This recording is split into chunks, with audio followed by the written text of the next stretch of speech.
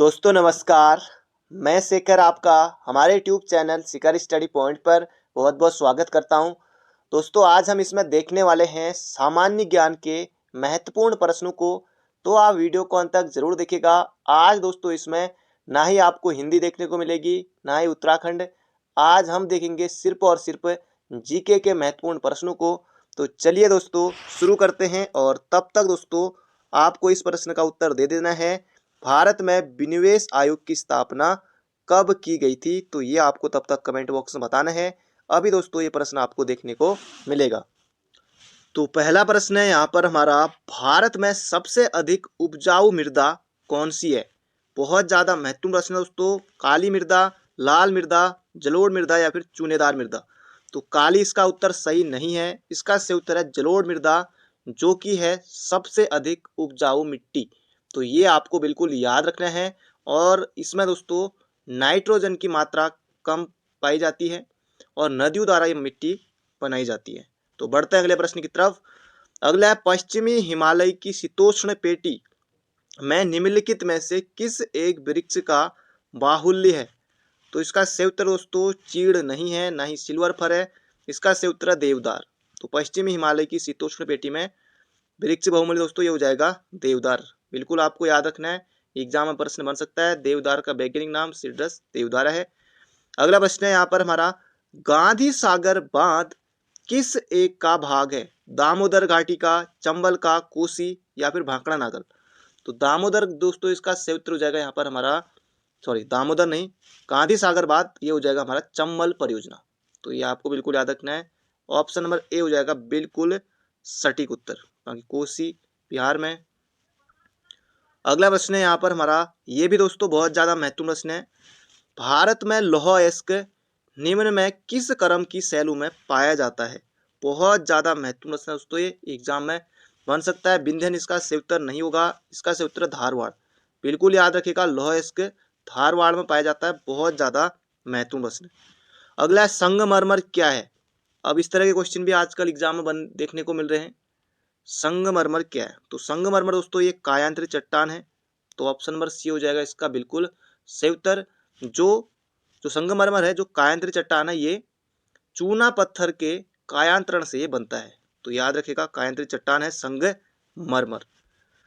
अगला प्रश्न है यहाँ पर हमारा, निम्नलिखित में से कौन सी भाषा भारतीय संविधान की 8वीं अनुसूची में शामिल नहीं है, उल्लेखित नहीं है। अब दोस्तों नेपाली है, कई अभ्यर्थियों ने नेपाली भी किया होगा कि नेपाली नहीं है दोस्तों। नेपाली 8वीं अनुसूची में है। सिंधी तो है ही है, संस्कृत भी है, तो अंग्रेजी नहीं है। जो 22 भाषाएं दोस्तों इसमें अंग्रेजी नहीं है, राजस्थानी नहीं है। ये भी आ सकता है कि राजस्थानी है या नहीं, एक बार पूछा था वीडियो के पेपर में 2016 के समय। राजस्थानी भी नहीं है, भोजपुरी आएगा वो भी नहीं है, इस तरह की जो भी है वो भी नहीं है। तो याद रखना यहाँ पर हो जाएगा अंग्रेजी। तो आयोग इस तरह से प्रश्न पूछता है अक्सर। अगला है, भारत में पंचायतों के चुनाव किसके द्वारा आयोजित किए जाते हैं। जो पंचायती चुनाव होते हैं, उत्तराखंड में पंचायती राज चुनाव कब हुए थे, तो 2003 में हुए थे। तो भारत चुनाव आयोग दोस्तों पंचायती चुनाव नहीं कराता है। ये होता है दोस्तों यहाँ पर हमारा राज्य निर्वाचन आयोग के द्वारा कराए जाते हैं पंचायती चुनाव। और जो अनुच्छेद दोस्तों किसमें है, राज्य निर्वाचन आयोग कौन से अनुच्छेद में है, 243 के दोस्तों के में है। ये आपको याद रखना है। अगला प्रश्न है, भारत के पहले मुख्य चुनाव आयुक्त थे। तो ये आपको बिल्कुल बताना है, भारत के पहले मुख्य चुनाव आयुक्त। तो इसका सही उत्तर होगा दोस्तों यहाँ पर हमारा सुकुमार सेन। बहुत बार आने वाला प्रश्न दोस्तों, चाहे आप कहीं का पेपर दे दें तो वहां आपको देखने को मिलेगा। अगला प्रश्न है, मुख्य निर्वाचन आयुक्त की पदावधि होती है, कितने साल की होती है मुख्य निर्वाचन आयुक्त की। तो दोस्तों 5 जिसमें ये तो होगा नहीं, 6-60 ये भी नहीं होगा, 6-62 या फिर 6-65 इनमें से आपको बताना है। तो ये हो जाएगा दोस्तों 6-65 की 6 या 65 वर्ष की आयु जो भी पहले पूर्ण हो, या तो 6 साल या फिर 65 वर्ष। अगर 62 वर्ष में बनता है तो 65 वर्ष में वैसे भी रिटायर हो जाना है, 3 ही वर्ष तक रहेगा। वरना अगर पहले हो जाए तो 6 वर्ष या 65 वर्ष तक रहेगा। और आपको बताना है कमेंट बॉक्स में कि वर्तमान में भारत के मुख्य चुनाव आयुक्त कौन है, इसके अलावा उत्तराखंड के कौन है, पहले तो सुकुमार सेन बता ही दिया है, उत्तराखंड के पहले थे दुर्गेश जोशी। बाकी वर्तमान का दोनों आपको बताना है। तो बढ़ते हैं अगले प्रश्न की तरफ, तो कमेंट बॉक्स में जरूर से बताइएगा। अगला है, कौन सा अनुच्छेद सर्वोच्च न्यायालय को अभिलेख न्यायालय का स्थान प्रदान करता है? तो ये हो जाएगा दोस्तों अनुच्छेद 129 में। अनुच्छेद 124 में उच्च न्यायालय ये होगा नहीं। अनुच्छेद 123 में राष्ट्रपति की अध्यादेश जारी करने की शक्ति, और अनुच्छेद 143 में सर्वोच्च न्यायालय से परामर्श मांगने की राष्ट्रपति की। तो ये होगा हमारा अनुच्छेद 129। अगला प्रश्न है यहाँ पर हमारा, भारत के प्रत्येक नागरिक का कर्तव्य होगा प्राकृतिक पर्यावरण का संरक्षण एवं सुधार। उपरोक्त कथन भारतीय संविधान के किस अनुच्छेद में संदर्भित है? 21 नहीं है, ये हो जाएगा हमारा अनुच्छेद 48 के ए में है। पूछा गया है दोस्तों, ये प्रश्न भी याद रखेगा। बाकी अनुच्छेद 51 में जो मूल कर्तव्य है वो है। तो ये हो जाएगा हमारा ऑप्शन नंबर बी। अगला प्रश्न है, भारत में विनिवेश आयोग की स्थापना की गई थी? तो ये की गई दोस्तों 1996 में, और अगस्त 1996 में की गई थी भारत में विनिवेश आयोग की स्थापना। तो दो बार मैं इसलिए बोलता हूँ ताकि आपको याद हो जाए, दिमाग में बिल्कुल छप जाए। अगला प्रश्न है यहाँ पर हमारा, विशेष आर्थिक क्षेत्र की अवधारणा सबसे पहले कहाँ हुई? चीन, भारत, जापान या फिर पाकिस्तान? तो भारत दोस्तों नहीं है, ना ही जापान है, इसका सही उत्तर है चीन। बहुत ज़्यादा महत्वपूर्ण प्रश्न है, बड़े बड़े एग्जामों में प्रश्न आता है। अगला प्रश्न है यहाँ पर हमारा, निम्नलिखित गतिविधियों में से किसमें भारत में कामगारों की संख्या अधिक है? क्या पर्यटन में है, विनिर्माण, खनन या कृषि? अब कामगार दोस्तों किसमें ज़्यादा हैं? तो आप सभी को पता है कृषि में। तो ये हो जाएगा हमारा ऑप्शन नंबर डी, क्योंकि खाने के लिए दोस्तों हर किसी को चाहिए। तो ये हो जाएगा हमारा कृषि। अगला है, निम्नलिखित में से गंगा नदी के किस भाग को राष्ट्रीय जलमार्ग घोषित किया गया है? हरिद्वार से कानपुर तक? ये नहीं है। तो ये हो जाएगा दोस्तों यहाँ पर हमारा इलाहाबाद से हल्दिया तक। इलाहाबाद ही आपको पता है, प्रयागराज, हल्दिया, ये हो जाएगा पश्चिम बंगाल में। तो ये हो जाएगा हमारा ऑप्शन नंबर ए। अगला प्रश्न है, मुक्त व्यापार से क्या तात्पर्य है? इस तरह के प्रश्न दोस्तों एग्जाम आते हैं। आयात को कम किया जाता है? नहीं। आयात और निर्यात पर कोई प्रतिबंध नहीं होता है। तो यही हो जाएगा दोस्तों मुक्त व्यापार, कि आयात और निर्यात पर कोई प्रतिबंध नहीं होता है। तो ये हो जाएगा हमारा मुक्त व्यापार। तो दोस्तों वीडियो को अंत तक जरूर देखिएगा, और अभी तक आपने लाइक नहीं किया तो एक लाइक आपको जरूर से करना है। अगला प्रश्न है, अंतर्राष्ट्रीय दिनांक रेखा कहाँ से होकर गुजरती है? तो अंतर्राष्ट्रीय जो तिथि रेखा है दोस्तों, ये हो जाएगा 180 डिग्री। तो ये आपको बिल्कुल याद रखना है। और जो अंतर्राष्ट्रीय तिथि रेखा है, इसका निर्धारण कब किया गया था? तो ये हुआ था दोस्तों 1884 में। जो यहाँ पर 0 डिग्री दोस्तों, इसे क्या कहते हैं? 0 डिग्री देशांतर जो होता है दोस्तों, 0 डिग्री देशांतर को कहते हैं क्या? ग्रीनविच रेखा। ग्रीनविच रेखा। अगला प्रश्न है, कर्क रेखा कहाँ से नहीं गुजरती है?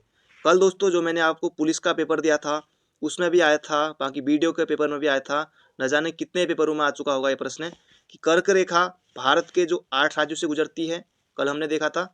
और 8 राज्यों में से कौन सा एक नहीं है? बार बार आता है ये प्रश्न। बाकी इस तरह से आप यहाँ पर देश दिए हुए हैं, इनमें से बताना है कि कर्क रेखा कहाँ से नहीं गुजरती इन देशों में। म्यांमार से, नेपाल से, बांग्लादेश या चीन से?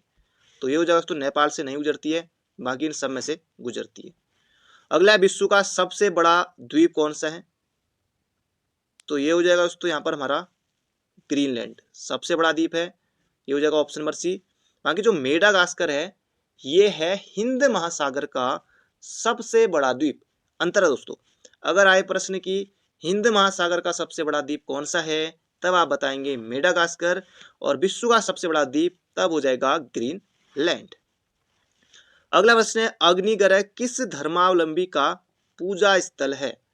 तो ये आपको बताना है अग्निग्रह। तो अग्निग्रह हो जाएगा दोस्तों पारसी धर्म का, ये आपको बिल्कुल याद रखना है। बाकी एक बार ये भी बना था कि जो सिनेगॉग है, सिनेगॉग पूजा स्थल है किसका? तो ये हो जाएगा यहूदी धर्म का। तो यहाँ पर उत्तर होगा जो अग्निग्रह है, ये है पारसी धर्म का। अब यहाँ पर हमारा अगले दो प्रश्न है, ये है हमारे कंप्यूटर के प्रश्न। इंस्ट्रक्शन के उस समूह को क्या कहते हैं जो कंप्यूटर को बताता है कि क्या करना है? आपको क्या करना है? मेंटर, इंस्ट्रक्टर, कंपाइलर या प्रोग्राम? तो ये हो जाएगा दोस्तों प्रोग्राम, ऑप्शन नंबर डी। अगला प्रश्न है, पहले से ऑन कंप्यूटर को रीस्टार्ट करने को क्या कहते हैं? Log on, shutdown, cold booting या वार्म बूटिंग? तो ये हो जाएगा दोस्तों वार्म बूटिंग कहते हैं। ऑप्शन नंबर डी हो जाएगा इसका बिल्कुल हमारा सही उत्तर। तो बढ़ते हैं अगले प्रश्न की तरफ। अगला प्रश्न है निम्नलिखित में से कौन सुमेलित नहीं है? दिवस दिए हुए हैं, इस तरह के प्रश्न आजकल अक्सर आते हैं एग्जाम में। विश्व जनसंख्या दिवस 11 जुलाई, जी हाँ सही है। विश्व वानिकी दिवस 21 मार्च, जी हाँ दोस्तों ये भी सही है। विश्व पर्यावरण दिवस 5 जून, ये भी सही है। विश्व तंबाकू दिवस 22 मार्च नहीं होगा, ये होगा 31 मई। तो बढ़ते हैं दोस्तों अगले प्रश्न की तरफ। अगला प्रश्न है निम्नलिखित में से गोल्डमैन पुरस्कार किससे संबंधित है? तो गोल्डमैन दोस्तों चिकित्सा विज्ञान से नहीं है, ये है दोस्तों पर्यावरण से संबंधित है हमारा क्या गोल्डमैन पुरस्कार। तो अगला प्रश्न है यहाँ पर हमारा रामचरितमानस के लेखक तुलसीदास। तो एक प्रश्न तो ये बन गया कि रामचरितमानस किसका है?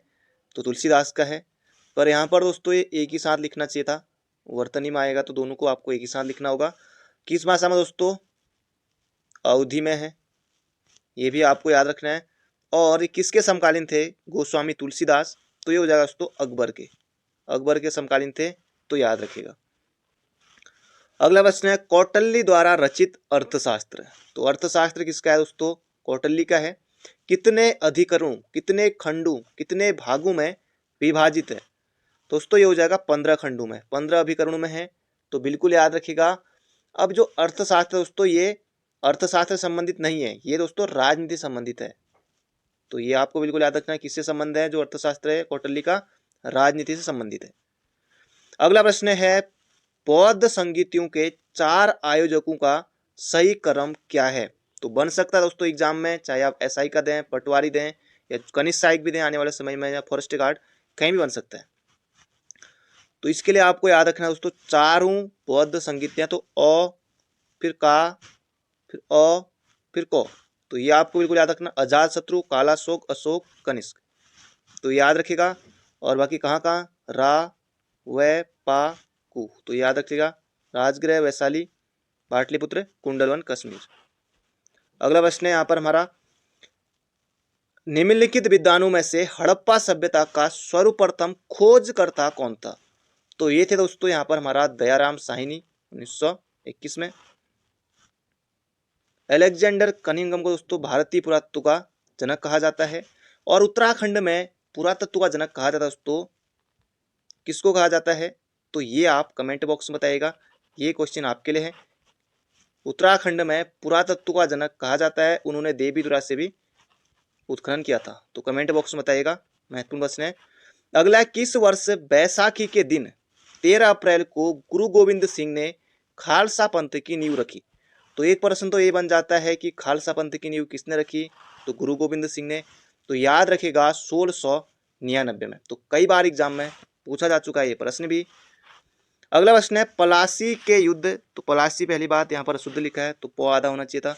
पलासी का युद्ध 1757 के समय बंगाल का नवाब कौन था? मीर कासिम, मीर जाफर या फिर सिराजुद्दौला? तो ये जगह सिराजुद्दौला था पलासी के युद्ध के समय बंगाल का नवाब। अगला प्रश्न है मॉन्टेग्यू चेम्सफोर्ड की रिपोर्ट आधार बनी। तो इनमें 1909 और 1919 में बहुत से अभ्यर्थियों को होता है कंफ्यूजन होता है थोड़ा बहुत। तो मॉन्टेग्यू चेम्सफोर्ड तो ये हो जाएगा 1919, और मार्ले मिंटो ये हो जाएगा हमारा कब? 1909। तो याद रखिएगा मार्ले मिंटो 1909, मॉन्टेग्यू चेम्सफोर्ड 1919।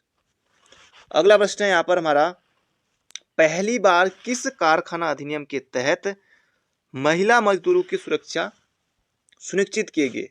अब दोस्तों जो भारत का पहला कारखाना अधिनियम था वो आया था 1881 में, और ये आया था रिपन के समय।